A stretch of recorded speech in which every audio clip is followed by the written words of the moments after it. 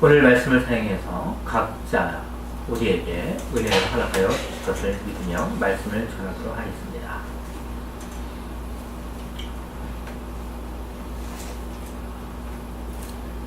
목회자 참 어려울 때가 있습니다. 어느 때는 제가 목회자로서 어리지만 많은 목사님들에게 던지고 싶을 때도 있습니다.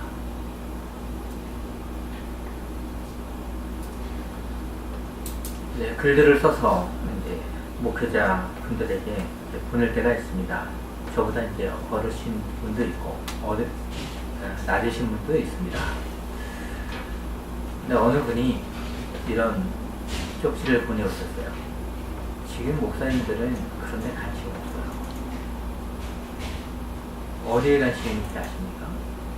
어느 목사님이 하나를 올렸어요. 그냥 무료로 갈 수 있는 거, 되게 유명한 곳이에요. 무료로 갈 수 있는 거 올리니까 다들 거기에 올리는 거예요. 저도 여기 있어요. 저희도 있죠. 거기에 관심이지 지금 하나님의 말씀, 그런데 지금은 관심이 없습니다. 그 이야기를 들으면서 그 메시지를 보면서 참 이것이 현실인가. 목회자의 관심도 거기 있는데 성도의 관심은 하지 아니할까라는 생각을 해봤습니다.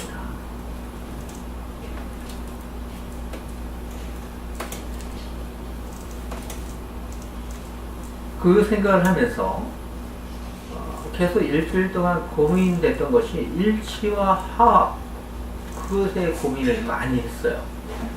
한국교회가 가는 이 비정상적인 상황, 그리고 한국 사회가 잘못 가는 이 상황 속에 일치화합이 그만큼 중요하지 않은가.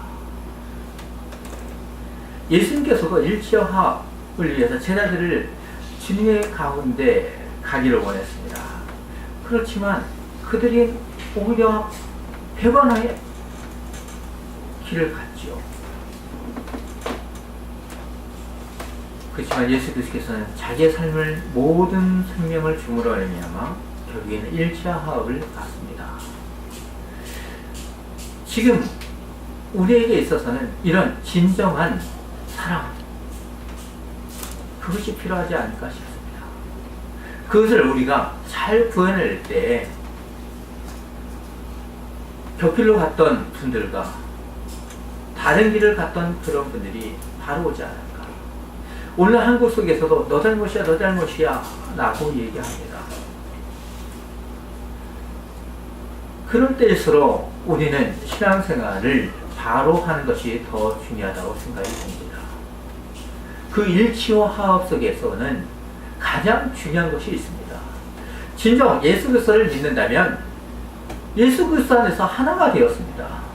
하나의 교회가 되었습니다. 그것은 하나의 교회로서 교제 안에 들어왔다는 것입니다. 예수 그리스도의 교제 안에 들어왔다면 모든 것을 내려놓을 수 있는 마음도 필요합니다. 저 사람에게 있어서는 나의 이런 부분이 문제구나. 그래, 저 사람의 입장에 맞춰서 내가 잠시 내려놓아야 되겠구나 라는 생각도 중요할 것입니다. 그렇게 되지 아니한다면 다툼이 일어납니다. 그 다음에 마음에 안타까운 사연이 있었습니다. 금단교회 목사님을 지칭해서 죄송합니다. 저는 그분을 목사님이라고 칭하기도 부끄럽습니다.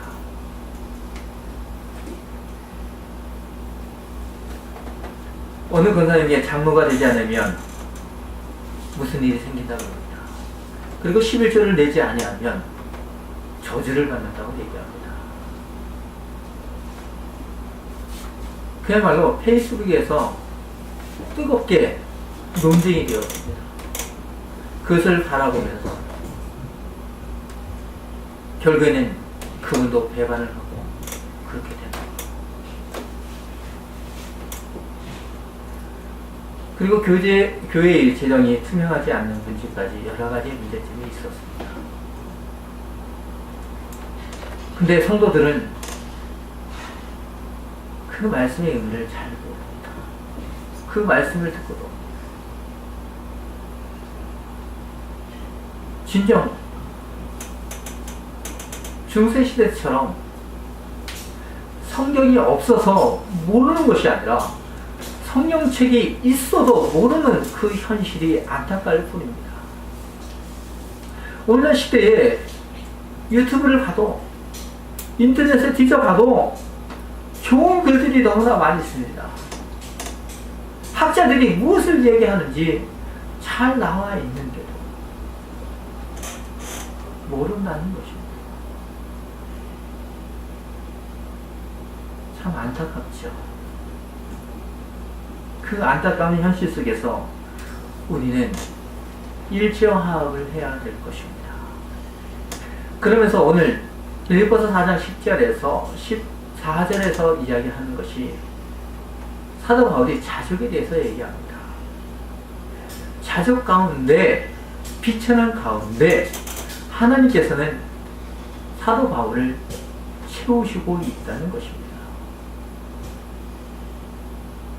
우리도 이 세상의 삶 속에서 너무나 흔들리고 고통당하고 어느 때는 풍부에 처할 수도 있습니다. 그런데도 그 삶 속에서 하나님께서는 자족하는 마음을 허락하고 있다는 것입니다. 우리가 이 말씀이 상당히 중요합니다. 왜인지 아십니까? 앞으로 어떠한 일이 더 일어날지 모릅니다. 성경에서는 분명히 지진과 환난과 고통과 전쟁과 기근과 이 모든 것이 일어나야 그때라고 얘기했습니다. 그렇다면 지금의 환경보다 더 어려워진다는 것입니다. 지금 어려움을 당하는 국가들이 있습니다. 어느 국가에서는, 나이지리아에서는 기독교인이라는 이유 때문에 이슬람이 불태워 죽였습니다. 한두 명도 아닙니다. 집단으로. 그것도 인터넷에 사진으로 잘 나와 있습니다. 그런데도 신앙을 저버리지 아니합니다. 제가 영광을 내려가면서 이야기를 들었습니다. 우리 정지사님은 아시겠네요. 원학교회라고 혹시 아십니까? 아세요? 원학교회는 영광에서 순교지로 유명합니다. 믿음을 지키기 위해서 우리나라의 초기 교회죠. 다 같이 돈 하나씩 목에 걸고 애난을 지푸라기로 연결해서 목 하나를 걸고 나는 신앙을 지키겠습니다 하는 이유 때문에 바다에 참혹하게 들어갈 수밖에 없었습니다. 이런 믿음 때문에 오늘날까지 이르렀는데 오늘날 우리의 신앙을 보면 제 자신도 부끄럽고 그렇습니다. 너무나 힘들어서 어느 때는 내려놓고 싶은 마음도 있었습니다. 그렇지만 스승님은 이미 늦었어 라는 표현을 쓰셨습니다. 이제는 가야 한다는 것입니다. 여러분들이 기독교를, 예수 그리스도를 믿는다는 것은 이미 늦었다라는 표현을 쓸 수 있습니다. 다른 길로 갈 수 없는 이미 늦은 길입니다. 그 길을 향해서 바르게 가야 되는 것입니다. 오늘 본문 속에서 사도 바울은 이 빌립보를 통하여 우리에게 제시해주고 있는 것이 있습니다. 사도 바울은 동쪽으로 가기를 원했습니다. 그렇지만 성령님의 인도함을 받아서 마게도냐로 향합니다. 유럽의 첫 관문, 드디어 마게도냐 지방에 있는 빌립보 지역에 이르릅니다. 그래서 많은 학자들이 이런 표현을 씁니다. 사도 바울이 지금 그곳을 향해서 가는 것은 유럽 전체를 배에 싣고 가는 것과 같다고 얘기합니다. 아니, 한 사람이 얼마나 그거 표현하는 데 입장에 있어서 유럽을 전체를 싣고 가는 것이라고 얘기합니다. 결국 유럽이 변하지 않습니다. 로마까지 무너지는 결과를 당합니다. 로마는 세계를 점령하겠다고 길을 확장시켜놨는데 그 길을 통하여 오히려 그리스의 복음이 핵심이 들어간다는 것입니다. 들어가니까 그 길로 통하여 오히려 세계 각지로 복음이 전달되는 풍모가 됐다는 것입니다. 하나님께서는 이렇게 바꾸시는 하나님의 놀라움이 있다는 것입니다. 그런데 사도 바울의 지금 빌립보를 전도한 후에 지금 어디 있는 삶 속에 있습니까? 옥중에 있습니다. 유럽 전체를 싣고 갔다고 하는 그 표현 속을 우리가 그렇게 표현하는데 이제는 옥중에 있다는 것이 말이 됩니까? 하나님께서는 완전히 끝까지 추락시키고 있는 것입니다. 그런 가운데 빌립보의 성도들은 경제적인 지원을 하고 그 다음에 에바브로를 통해서 사도 바울을 섬기게 하고 있다는 것입니다. 이것은 사도 바울에게 있어서는 행복이었고 기쁨이었습니다. 오늘 본문을 보면서 우리가 이런 생각을 해보았으면 좋겠습니다. 하나님의 생각과 우리의 인간의 생각이 다르다라는 것을 생각해 보십시오. 우리는 하나님의 생각과 인간의 생각이 분명히 다릅니다. 성경책을 읽어봐도 하나님의 생각과 인간의 생각이 다르다는 것을 알 수 있는데 오늘날 우리는 만들어진 예수, 만들어진 하나님을 생각하면서 짜맞춘 하나님을 나의 입장으로서 끌어내려서 나의 뜻대로 길을 가기를 원한다는 것입니다. 우리는 예수 그리스도를 믿었다면 예수님의 뜻대로 가야 됩니다. 찬양은 분명히 그렇게 다 하라는데 어떠합니까? 결국 기도에 보면 주시옵소서 내 뜻대로 그럴 때가 너무나 많이 있다는 것입니다. 그래서 우리는 기도할 때 어떻게 합니까? 사업장에 갈 때 아니면 무슨 가족을 만날 때 이렇게 얘기하지 않습니까? 물건, 영권 다 주시옵소서. 안수 받을 때도 물건, 영권을 얘기합니다. 이거 참 답답한 일이 아닙니까? 사도 바울의 입장에서는 물권, 영권이 다 있는 것이 아닙니다. 비천에 처할 줄도 안다고 합니다. 자기 스스로 자족할 줄 안다고 얘기합니다. 물권, 영권이 충만해서 자족해지는 것입니까? 비천에 처해지는 것입니까? 세상이 생각하는 그런 것이 아니라는 것입니다. 우리가 당하는 환난과 고난을 겪으면서 사도 바울은 더하면 더하였지 더 좋아지는 것은 아니었습니다. 단지 사도행전 22장에 가면 풍랑을 만났을 때도 언어를 당하고 죽을 것 같은 그 상황에 있습니다. 그런데 배가 파산되었다 할지라도 어떠합니까? 생명을 놔뒀다는 것입니다. 이것이 물권, 영권이 있는 것입니다. 하나님께서는 그 가운데서도 오히려 우리들에게 복음을 전하기 위해서 생명의 말씀을 우리에게 가르쳐주기 위해서 사도 바울을 그 극한 상황까지 몰고 있는 것입니다. 또한 그 시대를 경험하는 그 사람들에게도 극한 상황을 당하게 하는 것입니다.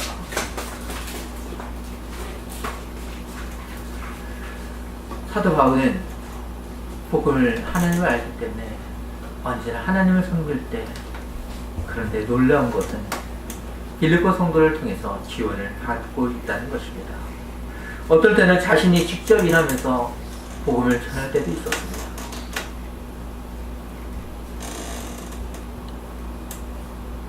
어느 분은 이렇게 얘기합니다.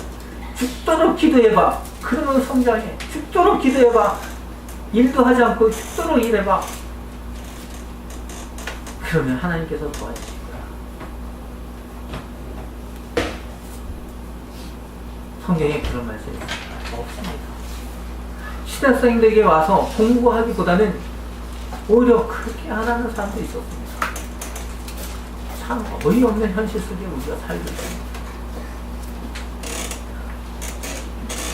우리는 하나님을 섬기는 데 있어서 사도 바울의 일생을 보면 어떤 환경 속에 있다 할지라도 그것이 우리에게 하나님을 섬기는 데 있어서 결코 장애물이 될 수 없다는 것입니다.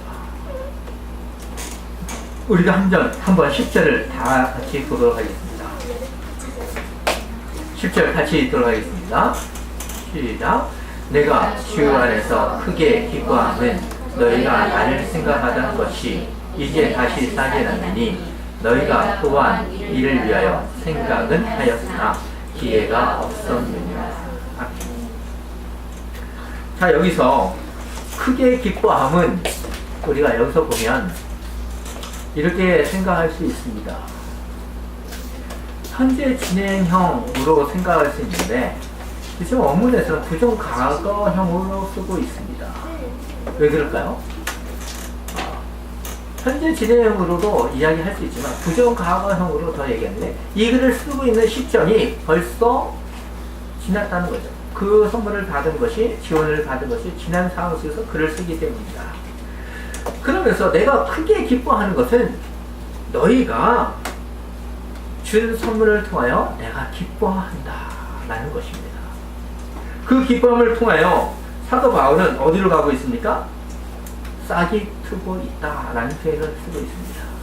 다시 싹이 나미니 이것은 뭐냐면 다시 싹을 탐으로 말미암아 감사하고 고마운 대한 감사인데 이 싹이 남다는 것은 빌립보 성도들이 믿음이 다시 자라고 있다는 것입니다. 분명히 흔들리고 있는 상황 속에 있었는데 그들 속에서 뒷부분을 가면 더 자세하게 나오는데 그 사람들 빌립보 성도를 통하여 너희의 믿음이 다시 세워지고 말미암아 너희가 이제 교제 안에 같이 들어와 있구나. 그래 너희의 믿음이 다시 든다. 그 표현을 쓰는 것입니다. 바로 그래서 빌립보의 핵심적인 내용을 이야기하는 속에 주 안에서 기뻐하는 것처럼 20절에서 기쁨이라고 표현하고 있는 것입니다. 이 기쁨이야말로 가장 큰 것이다. 너희와 나 사이에 교제 속에 그 가운데 이 세상에서 누려보지 못한 한없는 영원한 그 기쁨을 감사한다. 그래 내가 기뻐하는 것처럼 너희도 기뻐해야 된다. 바로 이것이 그리스도 안에서 연합한 주 안에서 신앙생활하는 교제의 극치인 기쁨이다 라는 것입니다. 이 기쁨이야말로 그리스도와 연합될 때 이루어지는 것입니다. 그러면서 자신의 생활을 이제는 글로 표현하고 있습니다. 11절과 12절을 보십시오.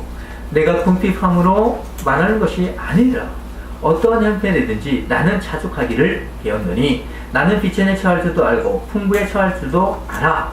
모든 일 곧 배부름과 배고픔과 풍부와 궁핍에도 처할 줄 아는 일체의 비결을 배웠노라.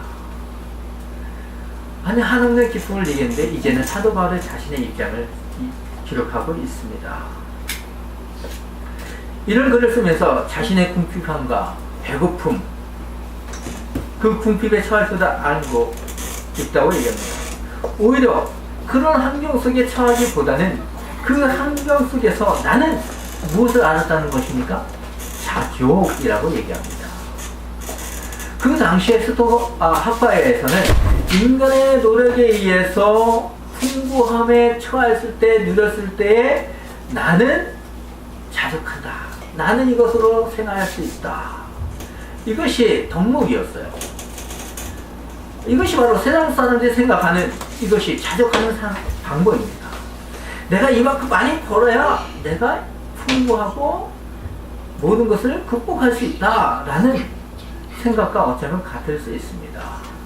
그렇지만 사도 바울은 이 자족이라는 단어, 스토아파가 잘 쓰는 그 단어를 가져와서 그것이 아니라 그리스도와 함께 있을 때 나는 자족한다는 것을 배웠다라는 것입니다. 재물이 있어서가 아니라 스스로 자족하는 비밀을 알았다는 것입니다. 근데 우리는 이 비밀을 알고 있습니다. 왜 알 수 있을까요? 사도 바울이 경험한 것을 오늘 말씀을 통하여 알았습니다. 그렇기 때문에 우리도 오늘 말씀을 통하여 사도 바울이 경험한 자족을 통하여 그 가운데서 하나님께서 채우시는 것을 가지고 우리도 굳건한 믿음으로 신앙생활을 해야 된다는 것입니다. 그럴 때 우리는 극복할 수 있습니다. 이것을 모르면 어떻게 됩니까? 풍부에 살다가 비천에 금당으로 떨어지면 어떻게 됩니까? 다른 길을 택합니다. 그것을 바라봤을 때, 우리의 자녀들을 생각하면서 바라봤을 때 한없는 눈물을 흘릴 수밖에 없는 것이 부모입니다. 부모가 그 자식을 그만큼 사랑하기 때문입니다. 그렇다면 오늘날 젊은이들이 생명을 많이 다른 길을 선택합니다. 그 길이 아니라 사도 바울의 길을 보면서 자득하는 길을 알아야 된다는 것입니다. 세상에서는 잘 사는 길을 택할지 몰라도 예수 그리스도를 따르는 사람들은 결단코 그것이 아닙니다. 그런데 사도 바울은 그렇다고 해서 풍부함이 없는 것은 아니었습니다. 그에게도 풍부함이 있었습니다. 풍부에 처하든 그것보다 더한 곳에 처하든 그 속에서 하나님만이 있다는 것입니다. 이것은 경험을 통해서 얻는 것보다는 지금 환경이나 미래의 환경이 어떠한지 적응하게 하시는 하나님의 믿음에 있다는 것입니다. 이것이 얼마나 우리에게 가치 있는 길입니까? 가치 있는 의미입니까?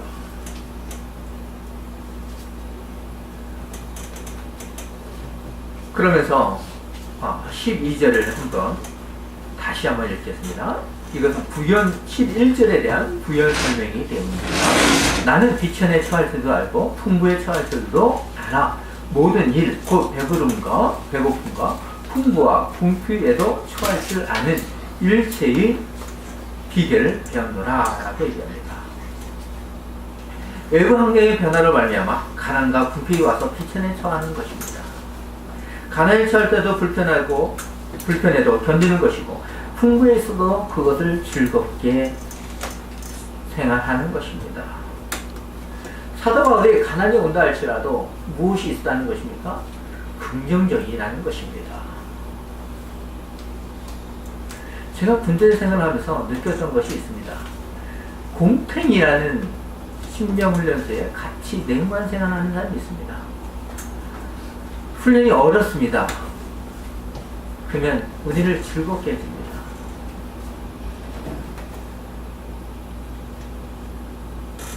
교관들이 와서 부탁을 할 때가 있어요. 그럼 맞아야 됩니다. 뭐 어떻게 하겠어요? 뒷밀 수도 없습니다. 계급도 달지 않았습니다. 일병도 아닙니다. 단지 훈련을 받고 있는 사람들입니다. 때리면 맞고 다시 이럴 수밖에 없습니다. 그런데도 그걸 기뻐하는 사람이 있어요. 그래도 참아야 돼. 그럼 교관은 더 화가 날 때가 있습니다. 그럼 그 곰탱이를 더 때리고 곰탱이는 맞아도 좋아. 다른 사람들을 위해서 대신 맞아주는 거죠. 참 바로 이것입니다. 우리가 신앙생활에서 궁핍할 때 더 어려움이 다가올 수 있습니다. 예수 그리스도를 품었다면 그것도 품을 수 있는, 맞아줄 수 있는, 맞고 스펀지처럼 포용하여서 다시 그것을 아름답게 내보낼 수 있는 것이 필요하다는 것입니다. 바로 풍부에도 처할 줄도 아는데 바로 내게 능력 주시는 자가 있기 때문입니다. 그 자 안에서 이루어지기 때문입니다. 바로 그것을 13절에서 고백하는 것입니다. 바울은 스스로 연달아서 자극하는 것을 배운 것이 아니라 자신에게서 힘주시는 주님께서 있기 때문이라는 것을 이야기하는 것입니다. 바로 그러면서 바울은 그의 선물에 대한 빌립보 성도들이 보여준 그 행위를 또한 감사하고 표현하고 있는 것입니다. 그러면서 이 13절을 알기 위해서는 12절에서 우리가 볼 것이 있는데 12절에서 이렇게 얘기합니다. 나는 빛에 처할 줄도 알고 풍부에 처할 줄도 알고 바로 이겁니다. 모든 일. 자, 모든 일 이걸 기억하시고 13절 내게 능력 주신 자에서 내가 모든 것을 할 수 있느니라. 자, 12절과 13절에서 같이 나오는 말이 있습니다. 모든 것, 모든 일이라는 것입니다. 이것을 생각하면서 우리가 이것을 생각해서는 같은 문맥으로서 우리가 봐야 되는데 13절만 봐서는 내가 할 수 있다 이렇게 배워요. 하나님께서 능력을 주시면 내 스스로 모든 것을 할 수 있다 얘기하는데 이 부분을 오해 소지가 있습니다. 이것을 알기 위해서는 또한 디모데전서 1장 12절을 봐야 될 것입니다. 디모데전서 1장 12절에 나를 능하게 하신 우리 주 예수 그리스도라고 얘기합니다. 이것은 빌립보서 4장 13절과 원문에는 같은 말로 사용되고 있습니다. 내게 능력을 주셔서 내가 모든 것을 할 수 있다. 같은 말입니다. 같은 뜻으로 얘기했는데 이것을 해석을 약간 다르게 한 것입니다. 그래서 우리는 그 해석을 보면 예수님께서 능력 주시면 하지 못할 일이 전혀 없다는 의미로 생각할 수 있습니다. 그렇지만 사도 바울의 입장을 보시죠. 12절과 13절에 보면 빈부에 처할 수도 풍부에 처할 줄도 안다는 것입니다. 그것을 보면 그 모든 상을 포함하고 있는 것입니다. 그 모든 상에서 극복한다는 것입니다. 자족한다는 것입니다. 내가 있는 상황 속에서 하나님 힘 줘! 힘 주면 내가 할게! 이것이 아니라는 거죠. 지금 상세는 지금 옥중에 있는 상황 속에서도 그것을 자족하고 있습니다. 근데 하나님께서 채워주고 있는 것입니다. 네, 제가 이것을 살아갈 수 있습니다. 이런 것입니다. 내가 극복해서 하나님의 힘 주세요. 내가 그러면 지금 이 상황에서 극복해서 저들을 무찌르겠습니다. 이 뜻이 아니라는 거죠. 근데 우리는 물건 영권 주시옵소서, 내게 능력을 주시옵소서, 하겠습니다. 1만 명 전도하겠습니다. 1만 교회를 세우겠습니다. 1만 명의 셀을 세우겠습니다. 과연 이것이 성경적입니까? 예수님과 같이 연합할 때 그런 일이 가능하다는 것입니다. 예수님 함께 계시면 빈부에 처하든 풍부에 처하든 어느 속에서든지 그 가운데서 자족하는 가운데 하나님께서 채워주신다는 것입니다. 우리는 이 신앙을 믿으면서 내 상황이, 내 환경이 어떠하든지 괴로워할 필요가 없는 것입니다. 놓지 말아야 될 끈이 있습니다. 그것이 바로 생명의 근, 바로 예수 그리스도십니다. 근데 우리는 다 잡으려 예수 그리스도의 생명끈도 잡으려고 정말 동화 쪽에서 나오는 것처럼 썩은 줄까지 부귀 영화까지 다 잡으려고 그래요. 결국 올라가면 예수 그리스도는 그건 필요 없이 뚝 떨어집니다. 한 손으로 버티기 쉬운지 아십니까? 지금 예수 그리스도를 두 손을 잡고 비천에 처하면서 풍부의 속에서도 잡는 것도 힘들어서 지금 간절한 기도를 할 수밖에 없는 이 시대 속에서 두 가지 다 잡는다는 거죠. 우리가 예수입니까? 십자가의 표현을 하면서 뭔가 일어나는 거죠. 그러지 않습니다. 돈바치라고요? 그러지 않습니다. 정말 성경 속에서는 믿음이 무엇이냐, 예수 그리스도가 무엇이냐를 얘기하지, 돈 많이 내라, 생명책에 기록되어 있느라, 천주교 얘기하는 것처럼 죄를 사하여 주는 것이 아닙니다. 사도에게와 우리에게 동일한 것은 주 안에서 공간적인 개념을 갖고 말하면 내게 능력 주신 자 안에서 있다는 것입니다. 사실 인간에게 주신 하나님의 크신 은혜 가운데 바로 하나님의 정령입니다. 은혜 그 속에서 적응하는 것입니다. 예수 그리스도께서 늘 주시는 대로 그 속에서 복음을 증거하는 것입니다. 우리가 아무리 부자라고 생각해 보십시오. 그럼 가난한 사람이 복음 증거가 잘 될 것 같습니다. 그러지 않습니다. 나와 같은 환경 속에서 있는 사람들의 말을 잘 들어주실 것입니다. 그거 아닐까요? 제가 오해했다면 죄송합니다. 우리가 보통 우리가 생각해 보면 장서적인 개념이나 체험적으로만 우리가 오늘의 본문을 이해할 수 있습니다. 이를 조금 수준을 넘겨서 신자의 입장에서 잘 생각해 보았으면 좋겠습니다. 이것을 시편 84편에서 잘 기록하고 있습니다. 우리 한번 찾아볼까요? 시편 84편입니다. 우리의 삶의 편을 잘 표현해 주셨는데요. 시편 84편입니다.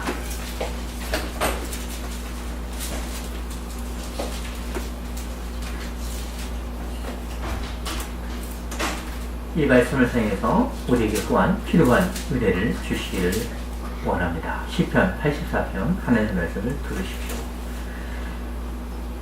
만군의 여호와여, 주의 장막이 어찌 그리 사랑스러운지요. 내 영혼이 여호와의 궁정을 사모하여 서약하며 내 마음과 육체가 살아계시는 하나님께 부르신나이다.